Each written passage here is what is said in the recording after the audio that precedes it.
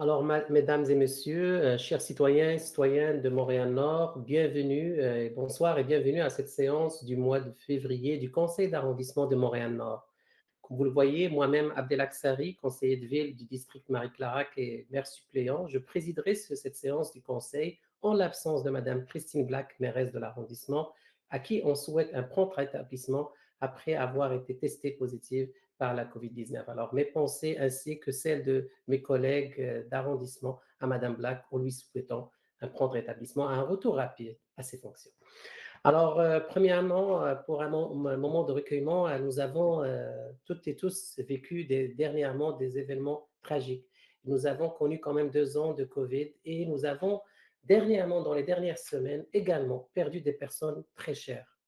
Que l'on pense à Don Harley Fils-Aimé ou au jeune Riley Valsin, pensons aussi aux victimes de la tuerie de la Grande Mosquée de Québec survenue il y a cela 5 ans déjà, ainsi que le 12e anniversaire du séisme d'Haïti.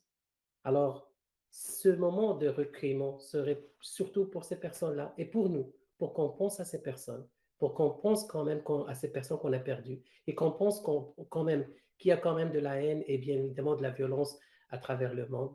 Alors, on dédie ce moment de recueillement à cette pensée.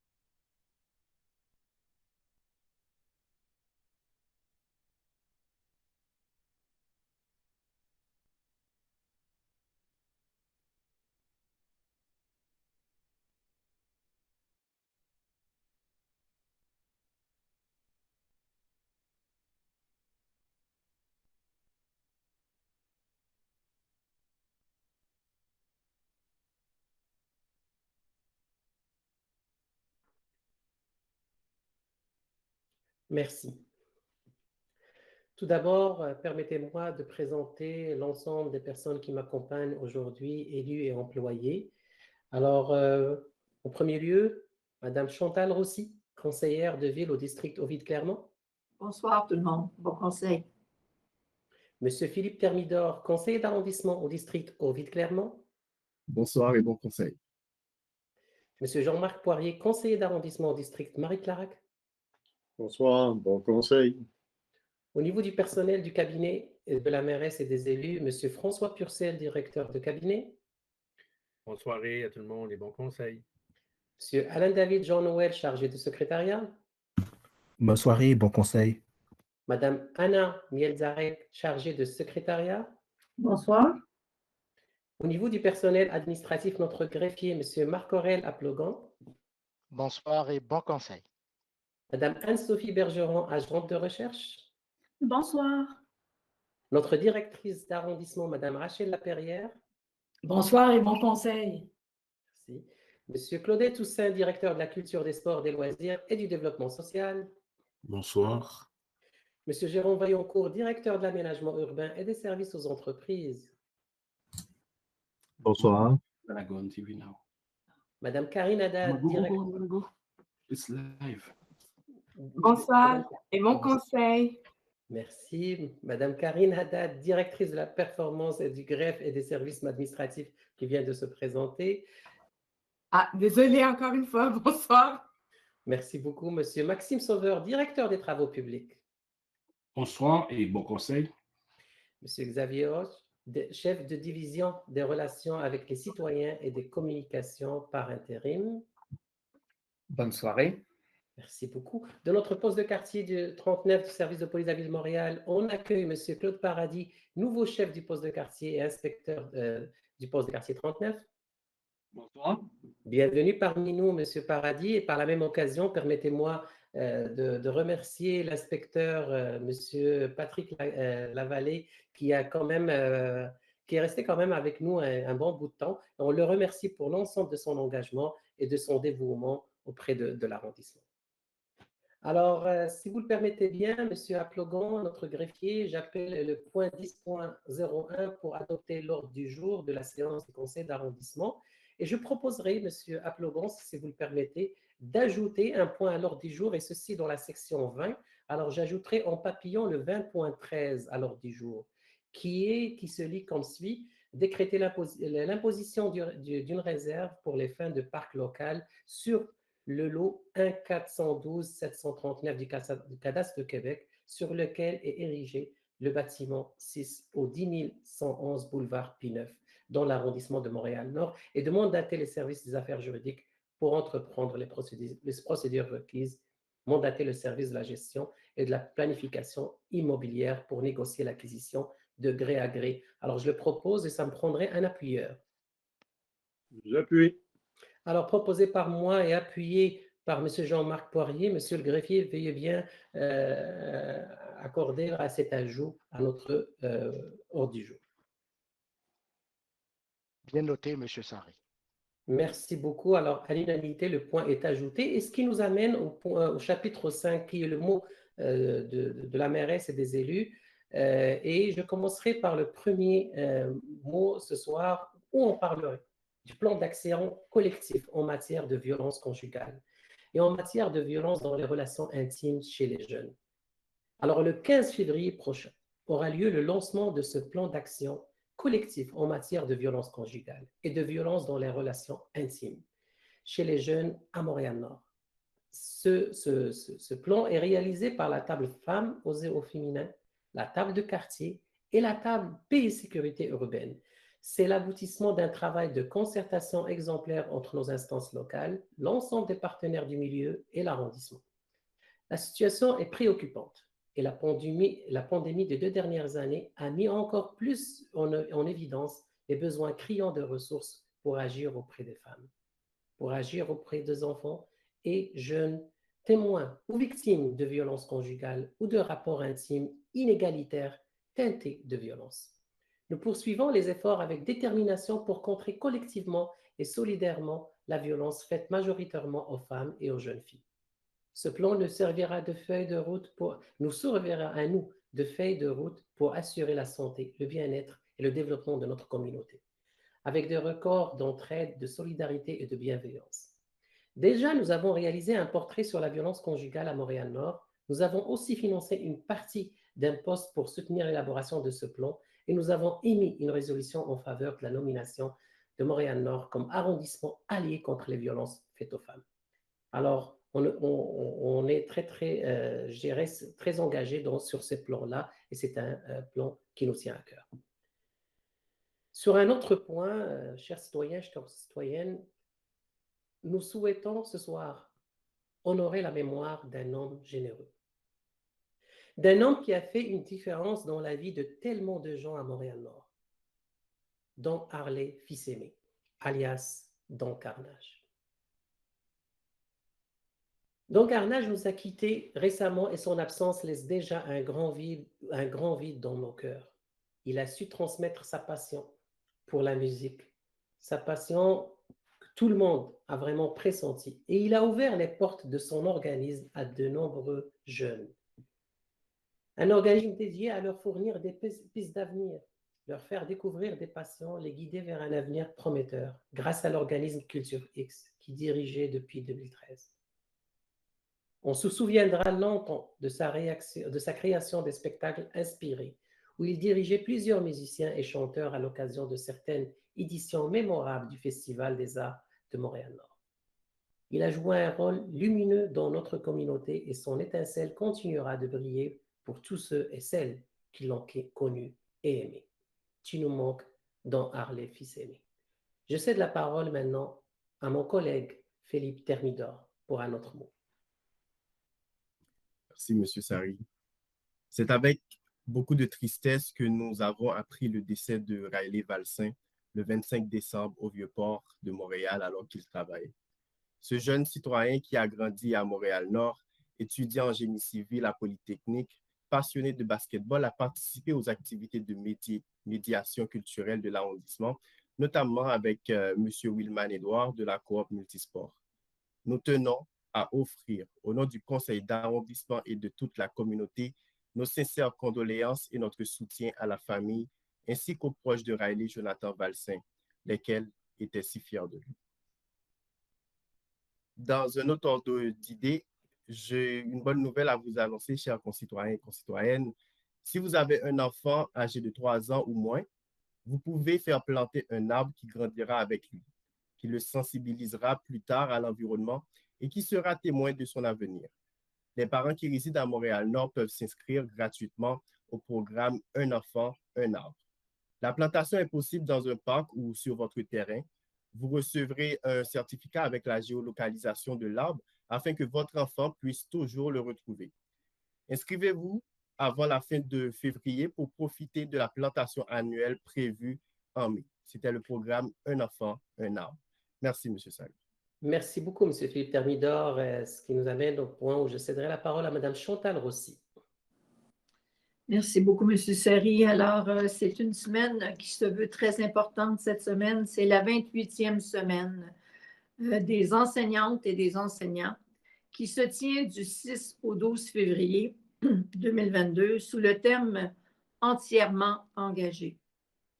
La semaine des enseignantes et des enseignants se veut une occasion de saluer l'engagement remarquable des enseignantes et des enseignants qui travaillent à la réussite éducative des élèves du Québec tout en contribuant au développement de notre société.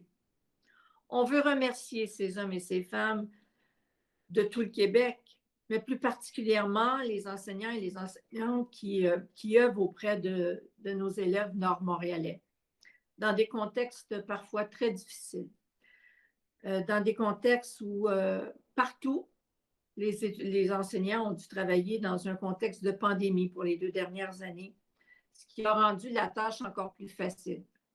Ces hommes et ces femmes qui se veulent un phare pour nos jeunes, qui se veulent un exemple à suivre, un guide, et qui forment la société de demain, qui forment nos dirigeants de demain, qui forment nos penseurs de demain.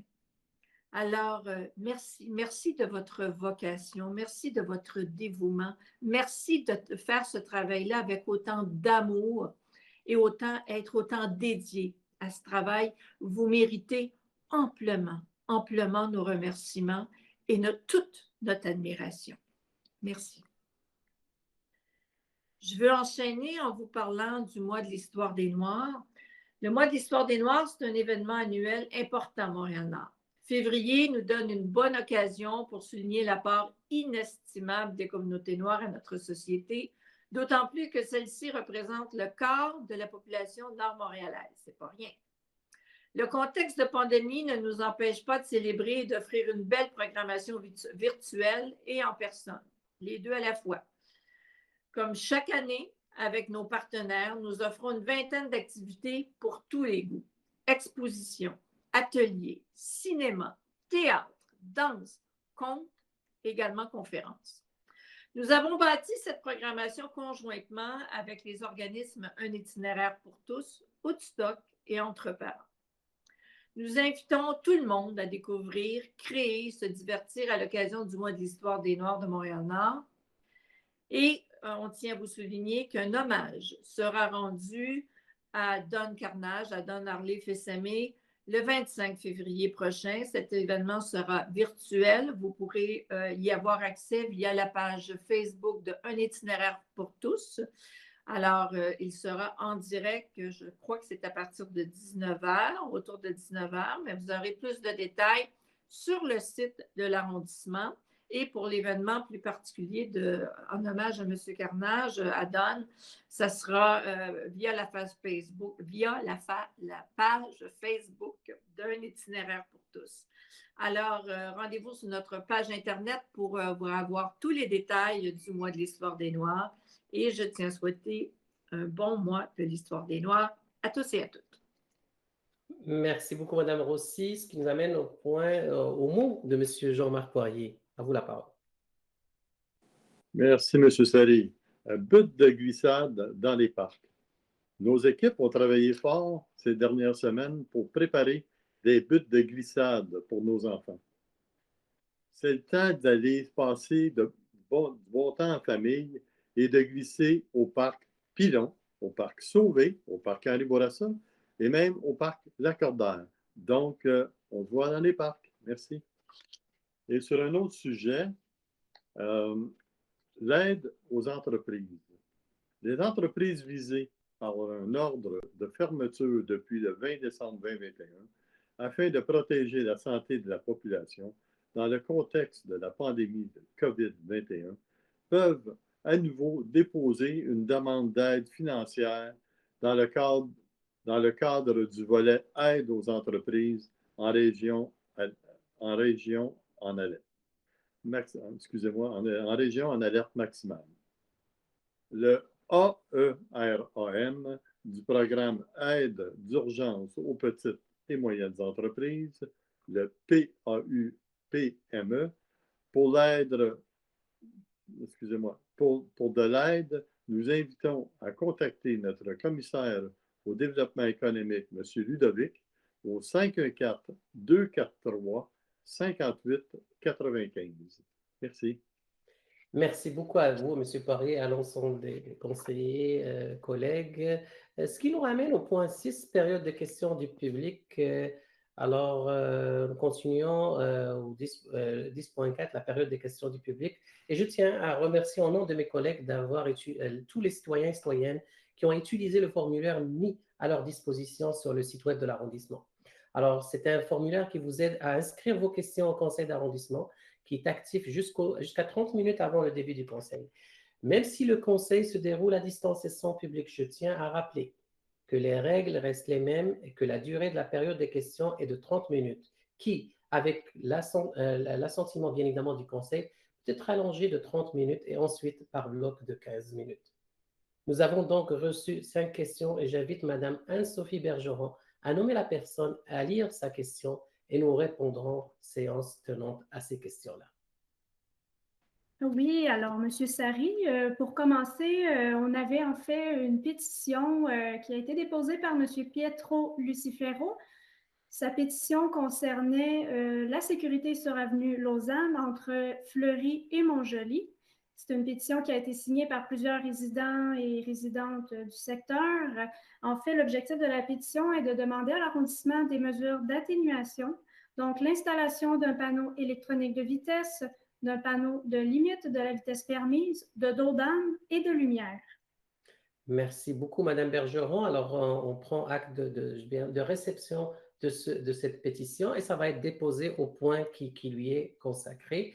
Et je passe maintenant à la question numéro 2 qui nous provient cette fois-ci juste parce que je vais juste baisser ici, de Madame Carmel-Antoine Bessard. À vous la parole, Mme Bergeron. Oui, alors pour commencer, je vais faire la lecture de son préambule. J'aimerais vous faire part d'un extrait de ma prise de parole le 6 janvier dernier, lors du lancement du Centre Toussaint, une entreprise dispensant des enseignements sur tous les aspects de la culture haïtienne et afrodescendante qui a maintenant pignon sur rue à la limite de l'arrondissement. Depuis des décennies, la communauté montréalaise attend ce type d'école. Un désert identitaire enfin terminé, permettant une meilleure lecture de l'actualité québécoise et mondiale. Un apprentissage nécessaire pour nombreux de nos concitoyens d'origine haïtienne ou non, jeunes et moins jeunes. Le Centre Toussaint, c'est une équipe crédible, membre de l'Académie du créole haïtien. Cours de langue, histoire, cours de cuisine, club de lecture, danse, vexillologie, etc. Que compte faire l'arrondissement pour accompagner l'entreprise et profiter de son offre de services? Une opportunité d'évolution que l'arrondissement a grandement besoin. Merci beaucoup, Mme Bergeron. Alors, je cède la parole à M. Claudel Toussaint, directeur de Sport et Loisirs et Développement social. Merci, M. Sari. Je veux d'abord remercier Mme Bessard d'attirer notre attention sur cette opportunité. Nous suivons depuis quelques mois la mise en place du Centre Toussaint et sa programmation. Déjà, un membre de l'équipe de la culture, Daniel Renaud, de l'arrondissement, a pris contact avec le centre. Ils ont eu un premier échange préliminaire et très bientôt, on compte les associer à des collaborations bien concrètes pour enrichir notre offre culturelle.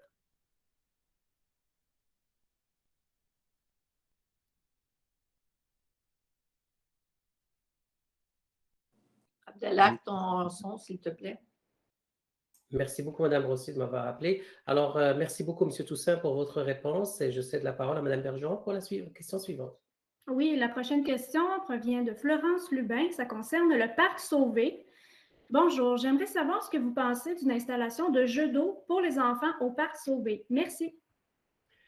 Alors, merci beaucoup pour votre question. Alors, c'est une question très, très pertinente en ce qui concerne les installations des jeux d'eau. Ce sont des installations qui sont très priorisées bien priorisées plutôt par l'arrondissement pour plusieurs raisons, ne serait-ce que par leur coût, je dirais, lié à l'exploitation, les coûts liés aux ressources pour la surveillance et bien évidemment au bienfait que ça amène, surtout quand on a des situations de canicule durant l'été et ce sont très utilisés par les jeunes et moins jeunes. Alors, la pertinence est tout à fait là. Alors, on sait que c'est quelque chose qu'on priorise comme installation si on les compare à d'autres installations telles que les pataugeoires ou autres. Maintenant, la question en ce qui concerne le parc Sauvé, est-ce que ça va être le parc Sauvé ou à d'autres parcs? Cette priorisation, je n'ai pas la réponse aujourd'hui, mais c'est sûr, en temps et lieu, vous allez avoir une réponse par rapport à quel parc qui serait le premier ou parce qu'on en a déjà installé ailleurs dans plusieurs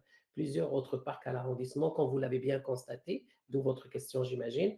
Mais l'ordre des autres parcs, je ne l'ai pas aujourd'hui. Mais une fois qu'on aura une planification des installations ou les prochains parcs installés, c'est sûr qu'on va vous faire savoir. Merci. Alors, je cède la parole à Mme Bergeron pour la question de Mme Julie Sigouin.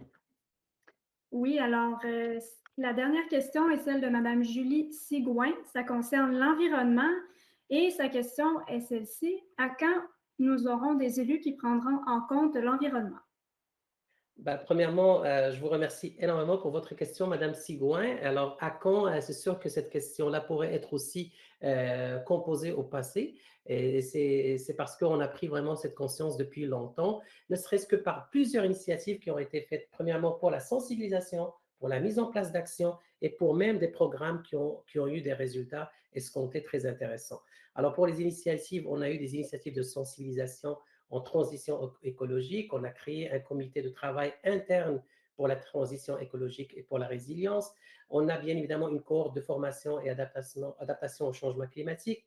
On a collaboré avec nos partenaires pour déployer différents programmes destinés aux citoyens, programmes de subvention de l'achat des couches lavables, programme des ruelles vertes avec 19 ruelles vertes réalisées depuis 2017, programme Verdir pour embellir, service de plantation d'arbres gratuits, plus de 2600 arbres qui ont été plantés sur le domaine privé depuis le début du programme, un enfant, un arbre qu'on vient aussi en parler aujourd'hui, le programme Écoquartier avec plusieurs mandats, 2 points de service sur notre territoire, distribution des plantes, sensibilisation des citoyens, sensibilisation zéro déchet, punaises de lit, patrouille verte, éco-responsable.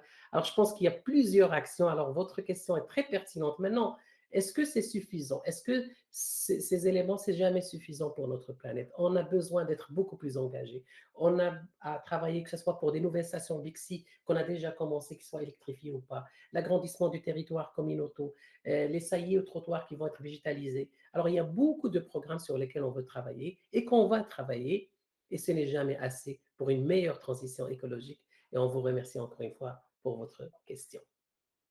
Je pense, Madame Bergeron, c'était la dernière question. Oui, c'est exact, Monsieur Sarré. Est-ce qu'il y a... Oui, Madame Rossi, je vous cède la parole. Oui, c'est juste une petite question par rapport à la procédure qu'on n'avait pas vue préalablement. C'est qu'en fait, on a passé le point 10.3 parce qu'on est au 10.4. On a une pétition qui a été déposée dans le 10.4 et le dépôt de pétition est dans le 10.3. Je voudrais juste que M. Aplogan nous explique comment de façon procédurale, là, ça va passer. Si vous permettez, Madame Rossi, je tiens à rappeler que avant la COVID, lorsque les citoyens se présentent en salle de conseil, pendant la période des questions, ils ont le droit de lire la pétition et de la déposer. Nous sommes dans les mêmes affaires aujourd'hui. Nous avons voulu simplement structurer parce que les conseils derniers, nous avons plusieurs pétitions qui ont été déposées. Donc, ça s'inscrit vraiment dans la période des questions telle que prévue par nos règlements. Merci. Alors, si je comprends bien, M. Aplogon, la pétition est déjà déposée. Il n'y aura pas de point de dépôt de pétition, si j'ai bien compris. Exactement, pas aujourd'hui. Nous le déposons officiellement parce que ça a été remis à notre comptoir au BAM. Donc, nous Ah, l'avons ok. déposé officiellement pour les fins d'archives du greffe. Très bien. Alors, pour moi, la pétition de la question numéro 1 est pour moi, la pétition est déjà déposée. Ce qui est vraiment réellement déjà fait parce qu'ils l'ont déjà déposée au greffe. Alors voilà, ça met fin à la période des questions. Alors, premièrement, je tiens à remercier les personnes qui nous ont posé des questions, puis on invite toute personne bien évidemment à poser leurs questions. Et ça nous ramène au point suivant. Je vais juste prendre, bien évidemment, directement ici. Alors, on a passé le point 10.4, période de questions, et le dépôt de pétition, bien évidemment, et on passe au point 10.5, qui est l'adoption du procès-verbal de la séance. Ben, je vous laisse la parole, M. Aplogo. Merci beaucoup, M. Sari. Alors, le point Alors, 10.5 et 10.6. très bien. Alors, 10.5, on demande au Conseil aujourd'hui d'adopter le procès-verbal de la séance ordinaire du Conseil d'arrondissement du 13 décembre 2021 qui s'est tenue à 19 heures. Et dans le point 10.06, on souhaite déposer aux archives le procès-verbal de la réunion du comité consultatif d'urbanisme tenue le 14 décembre 2021. Je propose. J'appuie. Alors, c'est proposé par M. Jean-Marc Poirier, appuyé par Mme Chantal Rossi. On passe au point 12.01. 12.01. Appuyer les projets de surface synthétique de soccer pour la nouvelle école secondaire de Montréal-Nord et la réfection de la piscine et des vestiaires de l'école Calixa-la-Vallée, du centre des services scolaires de la Pointe-de-l'Île, afin qu'ils puissent bénéficier de l'aide financière du ministère de l'Éducation et de l'Enseignement supérieur et du gouvernement du Canada dans le cadre du programme de soutien aux infrastructures sportives et récréatives scolaires et d'enseignement supérieur. Je propose. J'appuie. Alors, c'est proposé par Mme Chantal Rossi et appuyé par M. Philippe Thermidor. C'est ce qui nous ramène au point 15, déclaration et proclamation. Et je prends la parole ici, M. Aplogan, pour y aller avec deux déclarations qu'on a aujourd'hui. Je vais juste les ouvrir, si vous me le permettez.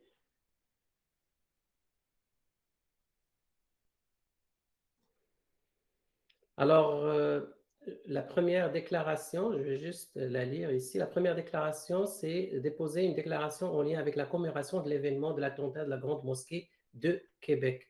Alors, c'est une déclaration en lien avec la commémoration de l'événement de l'attentat meurtrier islamophobe de la Grande Mosquée de Québec. C'est sûr que c'est un événement qui nous rappelle un manque de dialogue, un manque de compréhension. Et bien évidemment, un jeune alimenté par des propos venant d'ici et ailleurs, des propos haineux nécessairement, puis bien évidemment que ça a généré dans sa tête, puis tout simplement est allé pour tuer des personnes qui n'étaient que dans un lieu de culte, un lieu où il essayait d'avoir un peu de, je dirais, de répit, un lien avec leur croyance tout simplement. Et attendu que le 29 janvier 2017, un homme armé a commis un attentat meurtrier, islamophobe, au Centre culturel islamique de Québec, alors que les gens s'y étaient rassemblés pour prier. Attendu que cette odieuse tragédie a coûté la vie à 6 personnes et que d'autres ont été blessés. Attendu que les Montréalaises et Montréalais ont fait preuve d'une grande solidarité au lendemain de l'attentat de la Grande Mosquée de Québec. Attendu que la ville de Montréal s'est engagée le 21 mars 1989 dans sa déclaration contre la discrimination raciale, à combattre toutes les formes de discrimination raciale et à favoriser l'accès et la participation pleine et entière de tous les citoyens et de toutes les citoyennes, indépendamment de leur race, couleur, religion, origine ethnique ou nationale aux différentes sphères de la vie municipale. Attendu que l'arrondissement de Montréal-Nord est à l'avant-garde des efforts visant à éliminer le racisme, le sectarisme religieux et les crimes haineux, tout en habilitant les gens et les communautés à s'élever contre la haine, l'intolérance et la discrimination. Attendu que l'arrondissement de Montréal-Nord figure parmi les communautés les plus multiculturelles et multiraciales du Canada et constitue un modèle en matière de promotion de la tolérance, de l'harmonie, du respect, de la diversité et du vivre ensemble. Que le conseil d'arrondissement de Montréal-Nord invite la population à commémorer l'attentat meurtrier et islamophobe de la Grande Mosquée de Québec afin de témoigner collectivement de sa solidarité et que l'arrondissement de Montréal-Nord condamne l'islamophobie, comme elle condamne toutes les autres formes de racisme, de xénophobie, d'intolérance et de haine. Il est proposé par moi-même, Abdel Aksari, conseiller de ville au district Marie-Clarac, et appuyé par Philippe Thermidor, conseiller d'arrondissement au district Ovid-Clermont. Je vois une main levée de Mme Chantal Rossi. À vous la parole. Je m'excuse, M. Sari, mais ça doit être la leader parlementaire en moi qui remonte. C'est qu'on a fait le 1502 avant de faire le 1501. Le 1501 étant la déclaration pour la persévérance scolaire. Dans mon document à moi, c'est pour ça que je l'ai lu, c'était l'attentat de la Grande Mosquée. Excusez-moi, alors c'était mon erreur, c'était 1502. Vous avez tout à fait raison, Madame Rossi. Alors, ce que j'ai fait, est-ce que M. Aplogon, je dois relire ou je dois passer je relis le 1501, tout simplement? Oui, tout simplement. On peut Très poursuivre bien. avec le 1501. Merci. Alors, il est appuyé par moi-même, Abdel Aksari, et proposé par moi-même, Abdel Aksari, et appuyé par M. Philippe Thermidor. Le point 15.02. Merci beaucoup, Mme Rossi, pour ce changement. Et je passe maintenant au point, je reviens plutôt, je passe pas, je reviens au 15.01 pour déposer une autre déclaration d'appui aux journées de la persévérance scolaire 2022 et qui est où je serai appuyé par ma collègue Chantal Rossi. Alors, c'est une proposition de résolution en appui aux journées de la persévérance scolaire 2022. Madame Rossi, tout à l'heure, a parlé de la semaine de l'enseignement et je la remercie. Moi-même, je suis enseignant au niveau universitaire. Et puis, cette résolution de la journée de la persévérance, si on pouvait en avoir plusieurs dans l'année, notamment dans ce contexte de COVID, il nous semblait très pertinent de travailler très, très fort afin d'avoir le plus, je dirais, de travail à mettre en place, plus de variables d'action à mettre en place pour pouvoir contrer ce phénomène de décrochage scolaire. Alors, il est attendu que la campagne sur les journées de la persévérance scolaire, regroupant plusieurs partenaires, se tiendra du 14 au 18 février 2022 sur la thématique « Merci d'être porteur et porteuse de sens » et que ces journées se veulent un temps fort dans l'année témoignant de la mobilisation collective autour de la persévérance et de la réussite scolaire. Attendu que l'année scolaire 2020-2021 a été difficile et que l'année 2021-22 l'est tout autant pour les jeunes ainsi que pour l'ensemble des intervenants et intervenantes du réseau de l'éducation, attendu que l'appui et la présence bienveillante de tous les adultes sont primordiaux en cette période, attendu que les élus municipaux veulent témoigner de leur solidarité et de leur soutien envers les jeunes et envers l'ensemble des intervenantes du réseau de l'éducation, attendu que les élus municipaux collaborent aux efforts de la collectivité montréalaise en matière de persévérance scolaire et de réussite éducative, entre autres à travers le mouvement Réussite éducative, les élus s'engagent de concertation Montréal. Attendu que l'arrondissement de Montréal-Nord et la ville de Montréal se sont engagés en concertation avec l'ensemble des partenaires gouvernementaux, institutionnels, communautaires et privés, agissant auprès de la jeunesse dans la réalisation d'un ambitieux plan d'action collectif sur 10 ans, Priorité Jeunesse. Attendu que Priorité Jeunesse vise à atteindre les objectifs suivants, réduire les disparités entre les jeunes de Montréal-Nord et ceux de Montréal, accompagner les jeunes dans leur passage de l'enfance à l'âge adulte et de les soutenir dans leur parcours vers l'autonomie personnelle, sociale, citoyenne et économique, offrir aux jeunes des milieux de vie et des environnements stimulants, sains, pacifiques, sécuritaires et ouverts, favoriser les approches d'inclusion et d'intégration socio-économique de tous les jeunes, notamment ceux issus des groupes ethnico-culturels et des minorités visibles, aider et soutenir les jeunes dans leur apprentissage, leur initiative et leur projet de vie. Attendu qu'un des 3 axes d'intervention vise à favoriser la maturité et la persévérance scolaire et la réussite éducative, attendu que l'arrondissement de Montréal-Nord, sous le leadership de Réseau Réussite Montréal, contribue aux 3 démarches en cours du mouvement Adopter une école qui vise à déployer des initiatives pédagogiques novatrices destinées aux élèves des écoles primaires et secondaires. Pour ce faire, 2 adoptants, une entreprise, une institution publique, une institution d'enseignement supérieur s'engagent à long terme en y contribuant selon leur expertise, leurs ressources matérielles ou budgétaires. Attendu que les actrices et les acteurs nord-montréalais et nord-montréalaises auprès de la jeunesse ont déployé créativité, ardeur et résilience pour soutenir les jeunes en temps de pandémie par des actions en solidarité avec les écoles primaires et secondaires pour appuyer les jeunes et les familles au moment du retour en classe au printemps de l'automne 2020, des halles d'études pour permettre à une centaine de jeunes des écoles secondaires d'être accompagnés par des mentors lors des journées d'école virtuelles au printemps 2021, des initiatives novatrices pour contrer la détresse, la démotivation et le stress exacerbés par la crise sanitaire, que soit proposé par moi-même, Abdelaksari, conseiller de ville au district Marie-Clarac, et appuyé par Mme Chantal Rossi, que soit proclamée la semaine du 14 au 18 février 2022 comme celle des journées de la persévérance scolaire, que soit exprimée unanimement et publiquement la solidarité et le soutien envers les jeunes et envers l'ensemble des intervenantes et des intervenants du réseau d'éducation, du réseau communautaire, et que soit appuyée la campagne des journées de la persévérance scolaire 2022 sur la thématique toutes et tous porteurs de sens et d'inviter les élus à y participer. Voilà. Alors, c'était appuyé par Mme Rossi et proposé par moi-même. C'est ce qui nous amène au point. Est-ce qu'il y a d'autres interventions sur ce point-ci?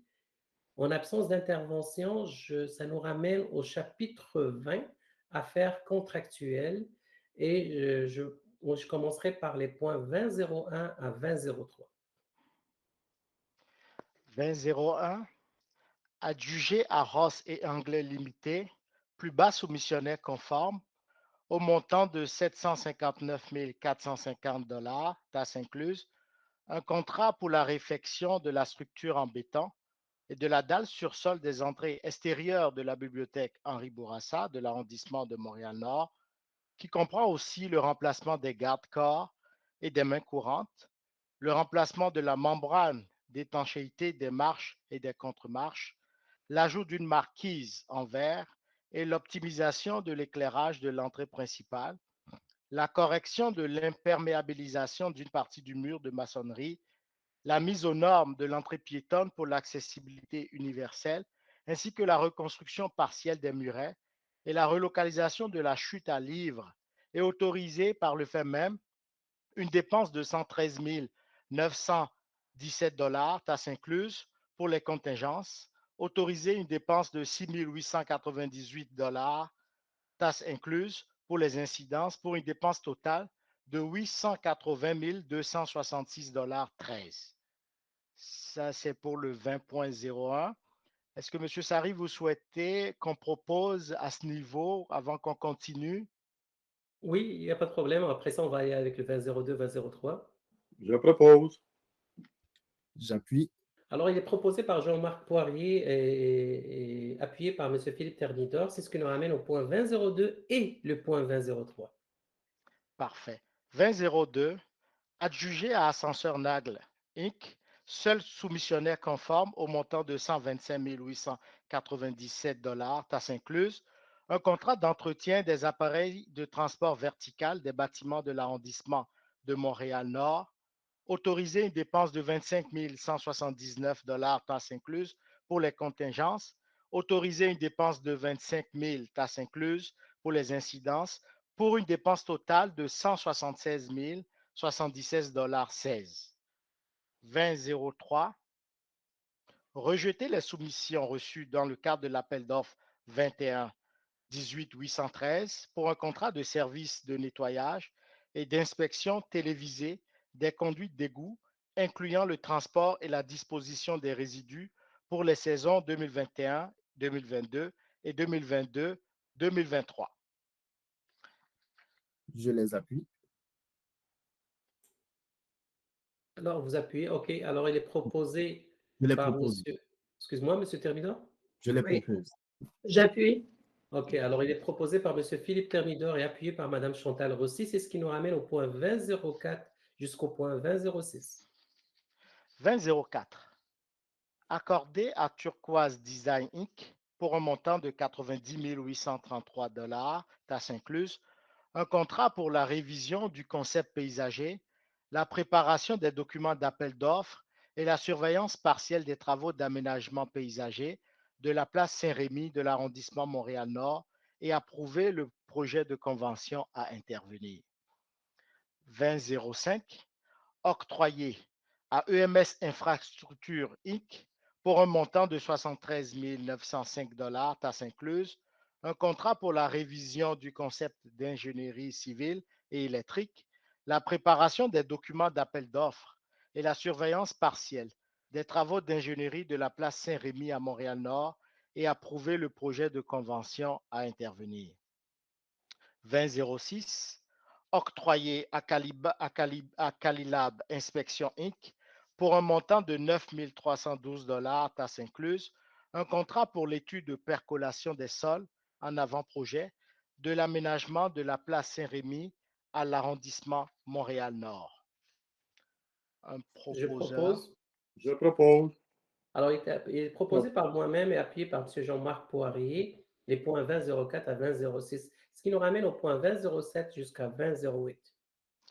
2007, octroyé à la firme les promotions immobilières Grand Stal pour un montant de 24 719 $, taxes incluses, un contrat pour un mandat d'accompagnement pour l'attraction, la stimulation et la concrétisation de projets immobiliers autour du boulevard P9 à l'arrondissement de Montréal-Nord et autoriser l'affectation de cette somme dans le surplus réservé P9. 2008, accorder une contribution financière de 124 205 $ à la Société de verdissement du Montréal métropolitain, entendez Sauverdi, pour la réalisation du projet de verdissement sur une superficie de 1245 mètres carrés sur un terrain de la commission scolaire English Montréal, l'école Galiléo, pour l'année 2022 et approuver le projet de convention à intervenir. Je propose. J'appuie. Alors, il est proposé par M. Jean-Marc Poirier, appuyé par Mme Chantal Rossi. C'est ce qui nous ramène au point 20.09 à 20.10. 2009. Accorder une contribution financière de 66 675 $ à la Société de verdissement du Montréal métropolitain pour la réalisation d'un projet de verdissement d'une superficie de 425 mètres carrés sur le terrain du centre de services scolaires de la Pointe de l'Île, le lot 2 379 466 pour l'année 2022 et approuver le projet de convention à intervenir. Au point 2010, accorder une contribution financière de 37 000 $ à l'organisme Un itinéraire pour tous pour l'embauche d'un intervenant jeunesse visant à assurer une présence active à la bibliothèque de la Maison culturelle et communautaire de Montréal-Nord pour l'année 2022 et approuver le projet de convention à intervenir. Je propose. J'appuie. Il est proposé par Mme Chantal Rossi, appuyé par M. Jean-Marc Poirier. C'est ce qui nous ramène au point 20.11 à 20.12. 2011. Accorder une contribution financière de 15 000 $ à l'organisme Un itinéraire pour tous pour le projet Animation de soirée de jeux de vidéo à la Maison culturelle et communautaire de Montréal-Nord pour l'année 2022 et approuver le projet de convention à intervenir. 2012. Accorder une contribution financière de 500 $ aux cadets de l'aviation royale du Canada, l'escadron 801 de Montréal-Nord, pour offrir des activités aux cadets lors du retour à la normale après la pandémie et ce, à même le budget discrétionnaire des élus pour l'année 2022. Je propose. J'appuie. Il est proposé par Mme Chantal Rossi, appuyé par M. Philippe Thermidor. C'est ce qui nous ramène au point 20.13 que je propose moi-même. 2013. Décréter l'imposition d'une réserve pour les fins de parc local sur le lot 1 412 739 du cadastre du Québec, sur lequel est érigé le bâtiment 6 au 10 111 boulevard P9 dans l'arrondissement de Montréal-Nord. Par le fait même, mandater le service des affaires juridiques pour entreprendre les procédures requises et mandater le service de la gestion et de la planification immobilière pour négocier l'acquisition de gré à gré. Merci. Je propose ce point-ci. J'appuie.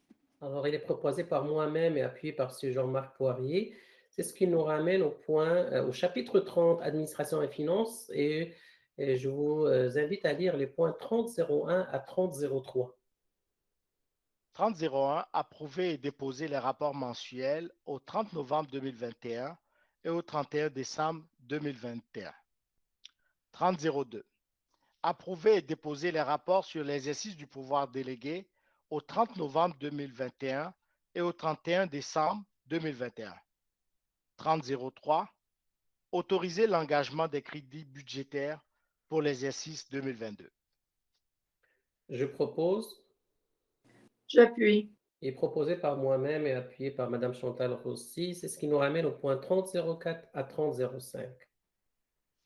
3004, offrir en vertu du deuxième alinéa de l'article 85 de la Charte de la Ville de Montréal, Métropole du Québec, au Conseil municipal que l'arrondissement prenne en charge la conception, la coordination et la réalisation des travaux pour la construction de trottoirs sur le boulevard Gouin-Est entre les avenues Touchette et Wilfrid Saint-Louis, de même sur l'avenue L'Archevêque entre les boulevards Gouin et Léger, de construction de saillies sur le boulevard Sainte-Gertrude à l'intersection de la rue de Bayonne. Ces travaux seront réalisés dans le cadre de l'appel à projet d'aménagement de rues artérielles et d'aménagement cyclable en vue d'une délégation en vertu de l'article 85 de la Charte de la Ville de Montréal. 3005.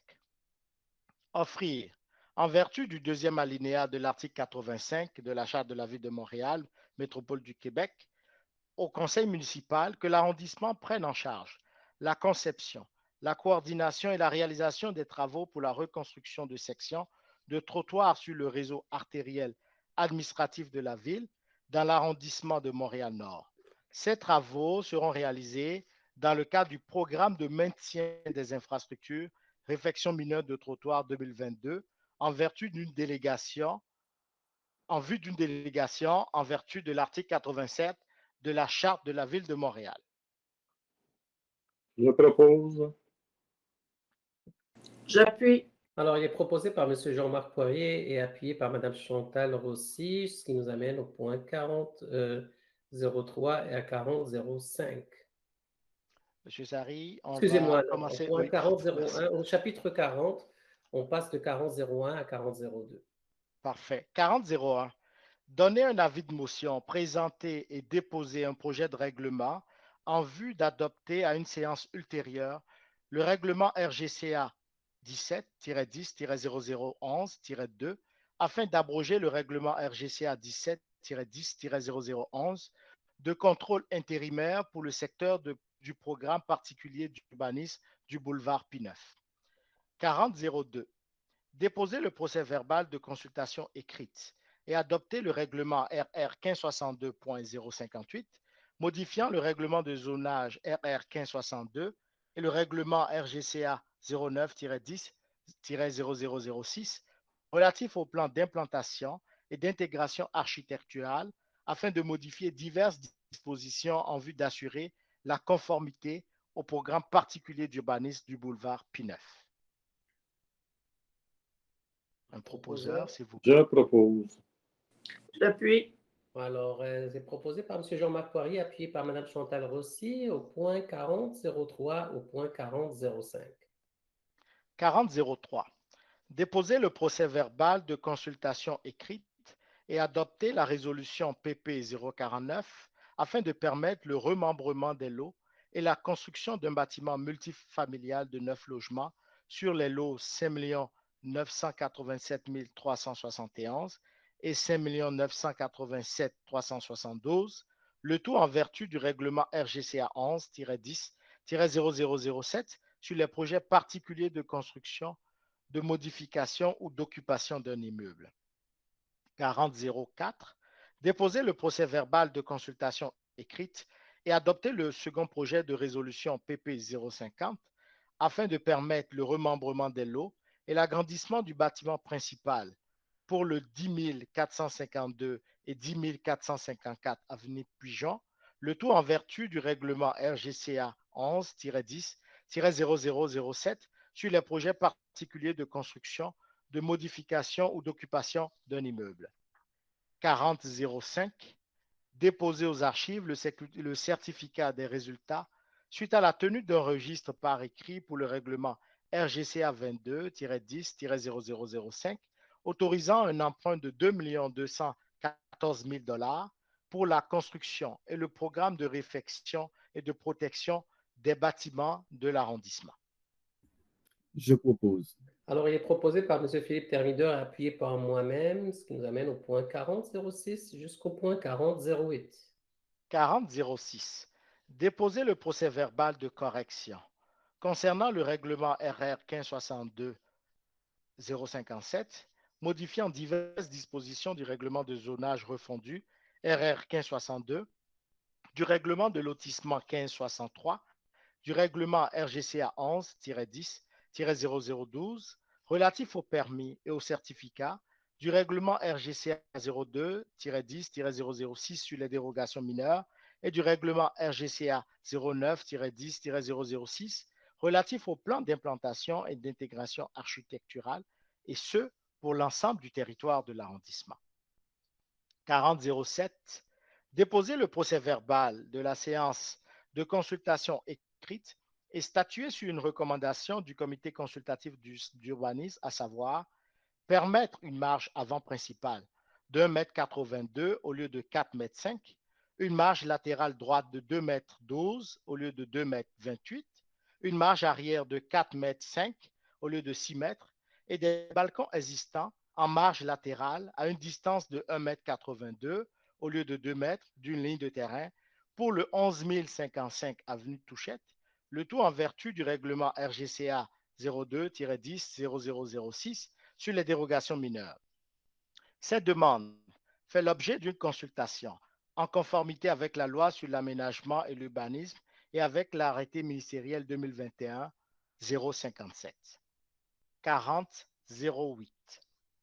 Déposer le procès-verbal de la séance de consultation écrite et statuer sur une recommandation du comité consultatif d'urbanisme, à savoir permettre une marge avant principale de 2,16 m au lieu de 4,5 m et une marge arrière de 3,78 m au lieu de 6 m et refuser une marge latérale gauche de 1,67 m au lieu de 2,28 m pour le 11 065 avenue Touchette, le tout en vertu du règlement RGCA 02-10-0006 sur les dérogations mineures.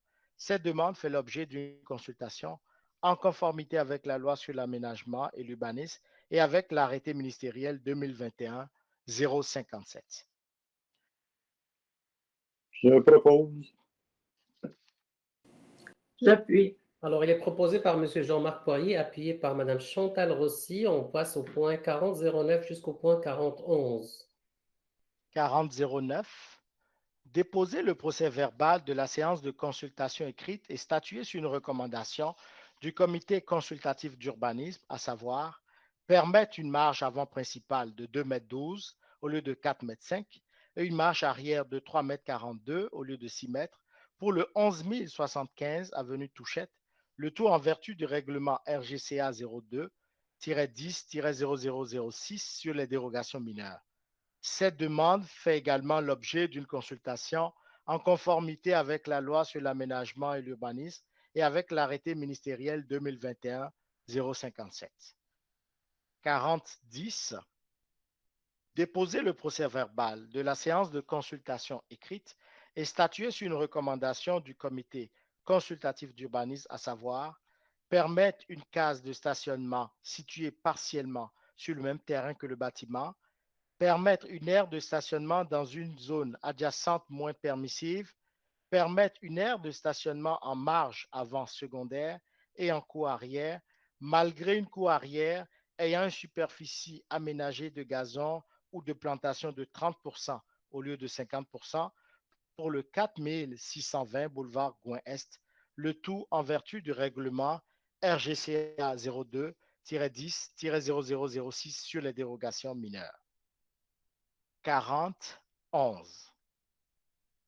Déposer le procès-verbal de la séance de consultation écrite et statuer sur une recommandation du comité consultatif d'urbanisme, à savoir permettre l'installation d'un écran au toit avec structure d'acier et revêtement métallique plutôt qu'un écran au toit avec revêtement de finition en bois afin d'avoir une construction incombustible pour le 5025 boulevard Gouin-Est, le tout en vertu du règlement RGCA 02-10-0006 sur les dérogations mineures.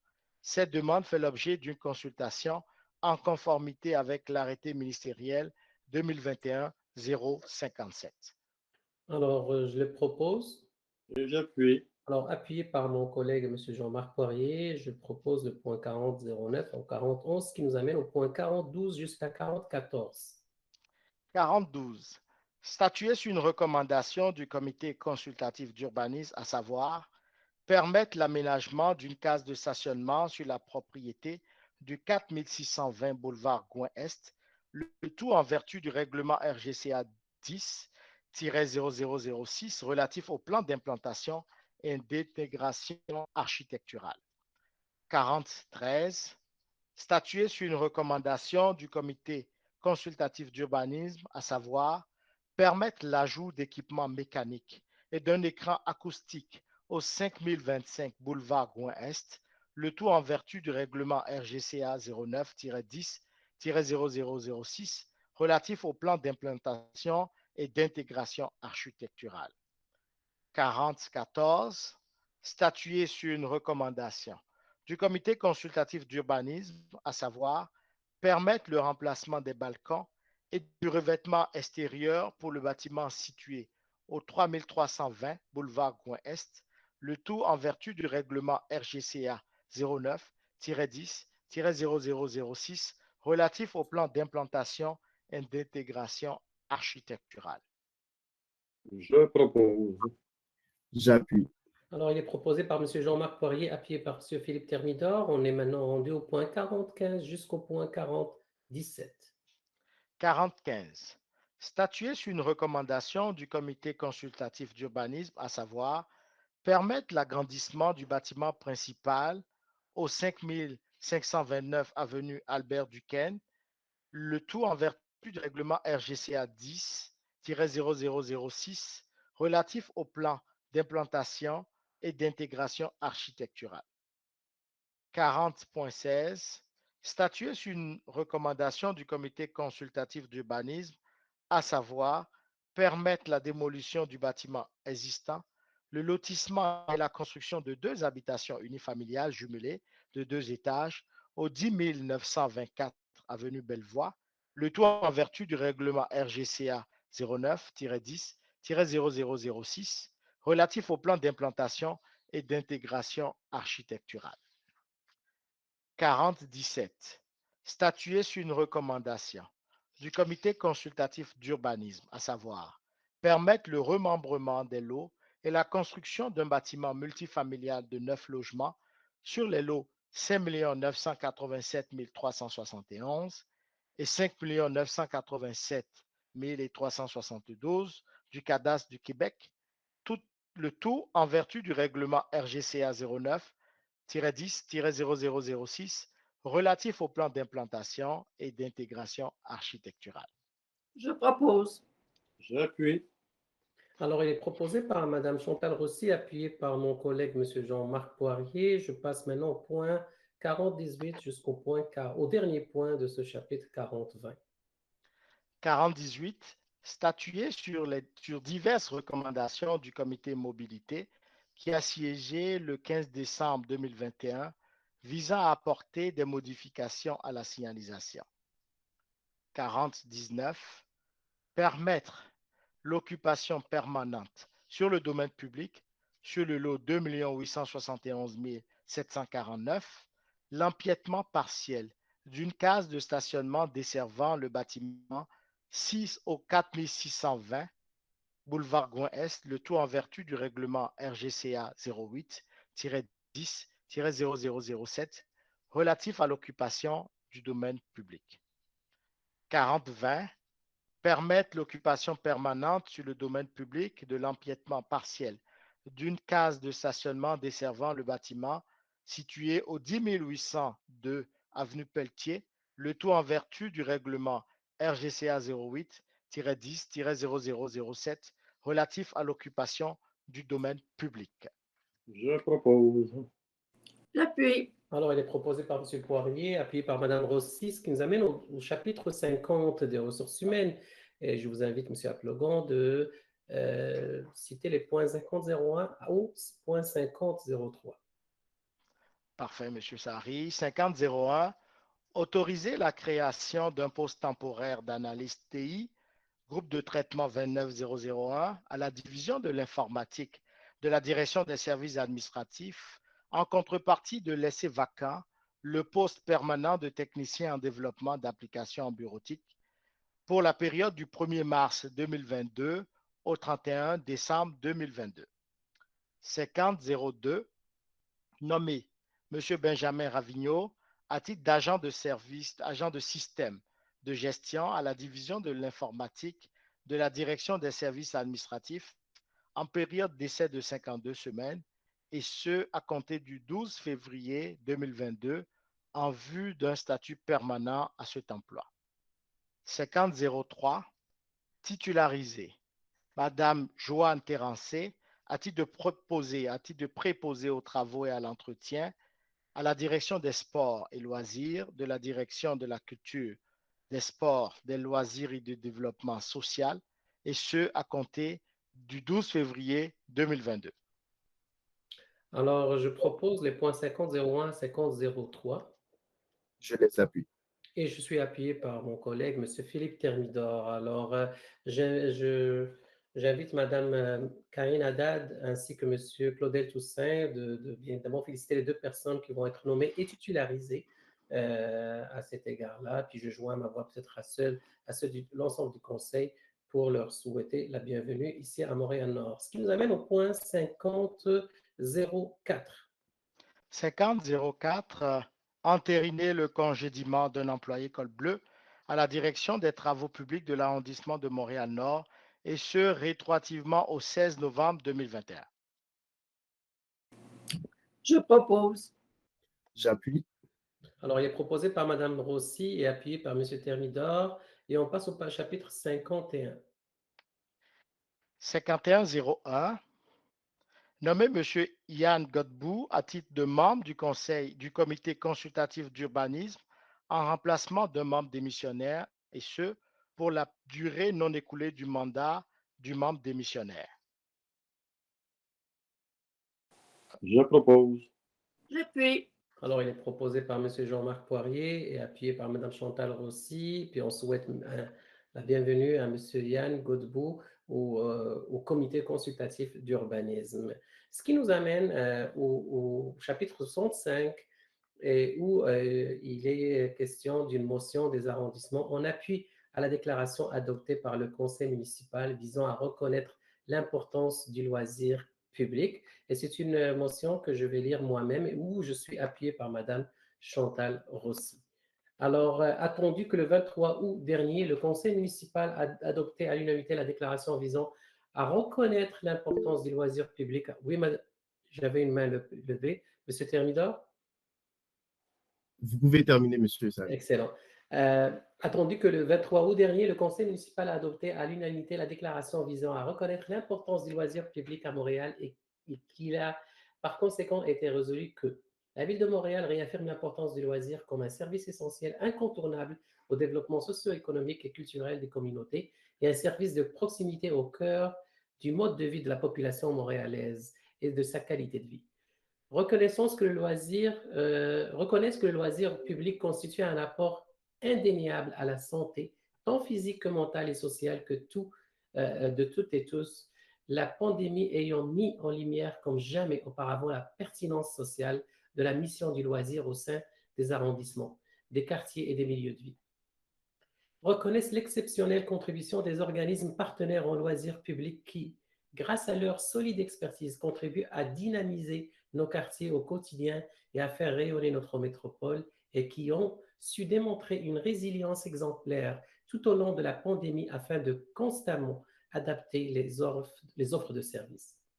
S'engage à tout mettre en œuvre en étroite collaboration avec les arrondissements et les acteurs et actrices du loisir montréalais afin de doter la métropole d'une vision du loisir public accessible, rassembleuse, inclusive, novatrice et tournée vers l'avenir qui positionnera Montréal comme une réelle leader nationale en la matière et qui inspirera la toute première politique montréalaise du loisir public. Attendu que le loisir est un droit reconnu depuis 1948 et proclamé dans la Déclaration universelle des droits de l'homme de l'Organisation des Nations unies, article 24. attendu tel que reconnu par la Charte montréalaise des droits et responsabilités de 2006, article 22, aux fins de favoriser la jouissance par les citoyennes et les citoyens de leurs droits au loisir, à l'activité physique et au sport, la Ville de Montréal s'engage à soutenir et faire connaître, avec l'appui des partenaires du milieu, une offre de services diversifiée et complémentaire répondant aux besoins évolutifs de la population et promouvoir un mode de vie actif, amener des parcs, des infrastructures de loisirs, d'activités physiques et de sport de qualité répartis équitablement en fonction des besoins évolutifs des milieux de vie, favoriser l'accessibilité aux activités et aux équipements collectifs. Attendu tel que reconnu dans la Déclaration de Québec 2008, adoptée lors du 10e congrès de l'Organisation mondiale du loisir OML, le loisir contribue à la qualité de vie et à la santé des personnes et de leur communauté, tout autant qu'à leur développement social, économique et culturel. Attendu que la planification stratégique Montréal 2030 reconnaît l'importance de bâtir une ville à échelle humaine, une dimension qui est au cœur même de l'organisation du loisir public. Attendu que le plan Nature et Sport reconnaît les multiples effets bénéfiques de la pratique de l'activité physique et l'importance d'offrir un réseau de grands parcs et d'infrastructures sportives exemplaires ainsi qu'une offre de services accessible et inclusive. Attendu tel que reconnu par la politique de développement culturel 2017-2022 de la Ville de Montréal, la pratique artistique amateur et le loisir culturel sont bénéfiques pour la persévérance scolaire et le développement de l'estime de soi. Attendu que, selon l'AQLM, Loisirs, Communauté locale et qualité de vie, une politique du loisir au Québec, 2000, page 8, il est bien établi que le choix d'un lieu de résidence tient compte de l'existence d'équipements, d'installations et de services fonctionnels reliés aux activités recréatives et aux opportunités de loisirs en général. Je vais me permettre de boire une petite gorgée d'eau. Attendu que le loisir public est un puissant vecteur d'inclusion sociale et de rétention des familles et de développement de la qualité de vie des quartiers au bénéfice de toutes les Montréalaises et de tous les Montréalais, attendu qu'une offre de loisirs diversifiée de qualité de proximité accessible à tous les Montréalaises et à tous les Montréalais et adaptée aux nouvelles réalités de la population est importante, attendu que le mandat de diagnostic du loisir public montréalais réalisé en 2019 par la Commission permanente sur la culture, le patrimoine et les sports afin de jouer un rôle de leadership et de faire de Montréal une référence en loisirs. Et le rapport de recommandation a été déposé au conseil municipal d'octobre 2019. Attendu selon l'article 4 de la loi sur les compétences municipales, toute municipalité locale, ville ou arrondissement à compétences dans des domaines de la culture, des loisirs, des activités communautaires et des parcs.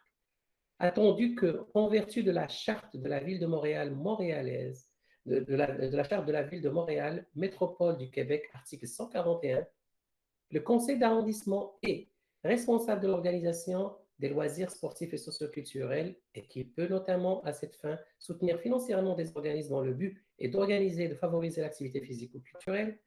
Attendu que dans son plan stratégique 2016-2025, Oser ensemble Montréal-Nord, l'arrondissement de Montréal-Nord reconnaît l'offre de loisirs sportifs et socioculturels comme faisant partie intégrante de sa mission de service de proximité. Il est proposé par moi-même Abdelek Sari, conseiller de ville au district Clarac et maire suppléant, et appuyé par ma collègue Chantal Rossi, conseillère de ville au district Ovid-Clermont, que l'arrondissement de Montréal Nord appuie la déclaration adoptée à l'unanimité par le conseil municipal le 23 août 2021, reconnaissant ainsi toute l'importance du loisir public à Montréal. J'avais deux mains levées, celle de M. Thermidor et Mme Rossi. À vous la parole, M. Philippe Thermidor. Merci, M. Sari, de me donner la parole pour témoigner à l'égard de cette motion. Je parle à titre d'élu, certes, mais je parle aussi en tant que jeune qui s'épanouit dans une communauté, celle de Montréal-Nord, une communauté envers laquelle j'éprouve beaucoup d'affection. Les loisirs publics me tiennent à cœur pour plusieurs raisons, mais je peux en donner deux. Premièrement, à Montréal-Nord, nous encourageons les gens à sortir, à bouger, à aller dans les parcs, à se promener. Donc, nous donnons une place au sport et toutes les loisirs publics. Et deuxième raison, c'est que les loisirs publics, qui dit loisirs publics, dit infrastructure. Donc, cela assure un vivre ensemble dans la communauté et cela aussi assure la cohésion sociale dans notre communauté. Donc, avoir des infrastructures, les gens vont se rassembler autour, les gens vont partager les infrastructures. Donc, ce sont quelques mots juste pour dire que combien les loisirs publics me tiennent à cœur, M. Sarri. Je vous remercie amplement de m'avoir donné la parole. Puis à Montréal-Nord, le sport et le loisir public, artistes, parcs, nous en faisons une priorité. Merci beaucoup. Merci beaucoup à vous, M. Thermidor, et je cède la parole à Mme Chantal Rossi. Merci, M. Sarri. Il est vrai que nous avons adopté cette motion de façon unanime au Conseil municipal de août 21. Une chose est sûre, c'est que si je savais ce que je sais maintenant, je me serais sûrement levée au mois d'août 21 quand il a été question de cette motion-là. J'endosse le fait que le loisir public est quelque chose d'important, le loisir culturel, le sport vis-à-vis des jeunes, le sport vis-à-vis nos aînés aussi. Tout ce qui touche le loisir culturel, le service direct aux citoyens. Mais pour ça, ça prend de l'infrastructure. Et pour ça, la Ville de Montréal nous a fait, la Ville-Centre nous a fait adopter cette motion-là. Écoutez, quand on regarde tous les entendus, là, quand on parle de la politique culturelle de 2017, j'ai fait partie de la rédaction. J'étais conseillère associée à la culture à ce moment-là au comité exécutif. Quand on parle de 2019, quand il y a eu la commission et la consultation publique et l'adoption de la politique, j'étais sur la commission de la culture. Alors, c'est tous des processus que j'ai suivis. C'est tout, j'endosse et le loisir culturel, parce que quand on parle de loisir public, on parle du loisir, on parle des sports, on parle du loisir culturel, on parle de plusieurs choses. Le visage de ces loisirs-là change avec les années. Les infrastructures doivent s'adapter. Alors, la Ville de Montréal nous a fait adopter cette motion que j'appuie avec tout mon cœur parce que je crois beaucoup au loisir culturel. Mais encore une fois, je profite de l'occasion pour encore une fois tendre la main à la Ville de Montréal quand on parle du centre sportif de Montréal-Nord, où on peut avoir des loisirs sportifs, où on pourrait offrir à nos aînés des sports durant la journée, des sports aquatiques durant la journée, des locaux en plus pour nos organismes. Et on dit qu'on veut être le leader en matière de loisirs culturels, mais en même temps, de l'autre côté de la bouche, on dit qu'on ne veut pas offrir les infrastructures ou on remet ça au calendrier grec d'offrir les infrastructures aux arrondissements. À Montréal-Nord, il est primordial d'avoir ce centre sportif-là. Si on veut faire vivre la motion qu'on adopte aujourd'hui, si on veut la faire vivre en réalité, si on veut la rendre réelle, la rendre vivante dans notre arrondissement, ça nous prend plus d'infrastructures. Ça nous prend de l'aide parce que c'est sûr qu'avec nos budgets, on ne peut pas. Ça prend les programmes qui viennent avec et les programmes d'infrastructure. Alors, je retends encore la main à la Ville de Montréal de revoir ses priorités pour ce qui est du centre sportif de Montréal-Nord qui est d'un besoin inestimable, tant pour nos jeunes, pour nos aînés, pour le bien-être de nos citoyens. Et si vous voulez qu'on puisse vraiment rendre vivante cette motion-là, bien, on va avoir besoin des infrastructures qui viennent avec. Alors, je profite juste de cette occasion-là pour retendre la main, encore un cri du cœur de Montréal-Nord vers la Ville-Centre, pour qu'on puisse avoir, avant le calendrier grec, nos infrastructures, notre centre sportif, auquel nos citoyens, nos concitoyens nord-montréalais tiennent tant et attendent impatiemment. Merci beaucoup, Madame Rossi. Alors, à mon tour, moi aussi, comme vous l'avez bien dit, on appuie avec cœur cette déclaration. On appuie avec cœur et on est déterminé à ce qu'on soit allié à cette déclaration. Mais une déclaration, tout simplement, alimente une orientation stratégique. Une déclaration vient pour appuyer un plan stratégique. Et un plan stratégique ne peut être opérationnalisé que par des variables d'action. Et un des éléments qu'on a dans cette déclaration, c'est de rendre équitables les installations dans l'ensemble des arrondissements. Et pour que, comme vous l'avez bien dit, il faut faire vivre cette déclaration pour opérationnaliser l'orientation stratégique de la ville, ça prend un plan sportif, une vraie variable d'action là-dedans, ça serait de démarrer et d'avoir à amorcer les travaux pour ce plan, pour ce centre sportif dont on a vraiment besoin pour nos jeunes, pour nos moins jeunes, comme vous l'avez bien dit, pour l'ensemble de la population, pour un meilleur épanouissement et pour attirer des familles ici, même à Montréal-Nord, pour leur donner ce service. Alors, encore une fois, chers collègues, je vous remercie pour cette motion qui vient pour appuyer la déclaration adoptée au conseil municipal, mais il fallait lever quand même le flag pour dire qu'il ne faut pas parler de côté de la bouche. Quand on a une orientation, il faut s'aligner avec cette orientation et rendre équitables les installations partout au sein de la ville. Et ça nous prend notre centre sportif à Montréal-Nord. Mais on ne lâche jamais, Madame Rossi.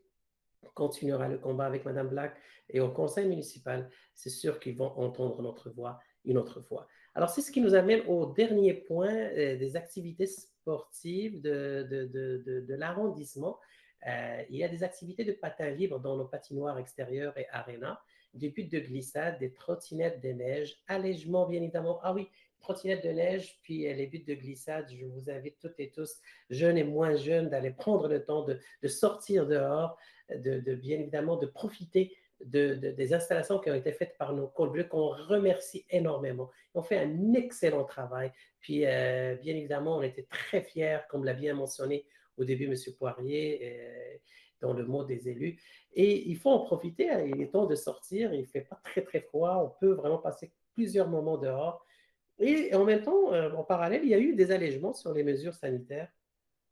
Les jeunes de moins de 18 ans peuvent maintenant à nouveau pratiquer des activités sportives et de loisirs en groupe de 25 personnes maximum, ce qui nous amène quand même, en espérant que c'est ce qu'on appelle ça le début de la fin, ou plutôt la fin du début. Alors, on est en espérant revenir à une certaine normalité bientôt. Alors, entre-temps, les 18 ans et moins peuvent à nouveau pratiquer des activités sportives et de loisirs en groupe de 25 personnes maximum. Voilà, c'est ce qui nous amène au prochain conseil d'arrondissement qui aura lieu le 7 mars 2022 à 19h. Alors, chers citoyens, merci d'avoir été parmi nous et je remercie l'ensemble des personnes qui ont travaillé aujourd'hui, qui étaient présentes, que ce soit le directeur, bien évidemment les élus et l'ensemble du staff qui nous aide et qui nous appuie. Je leur dis un gros merci et à la prochaine au mois de mars.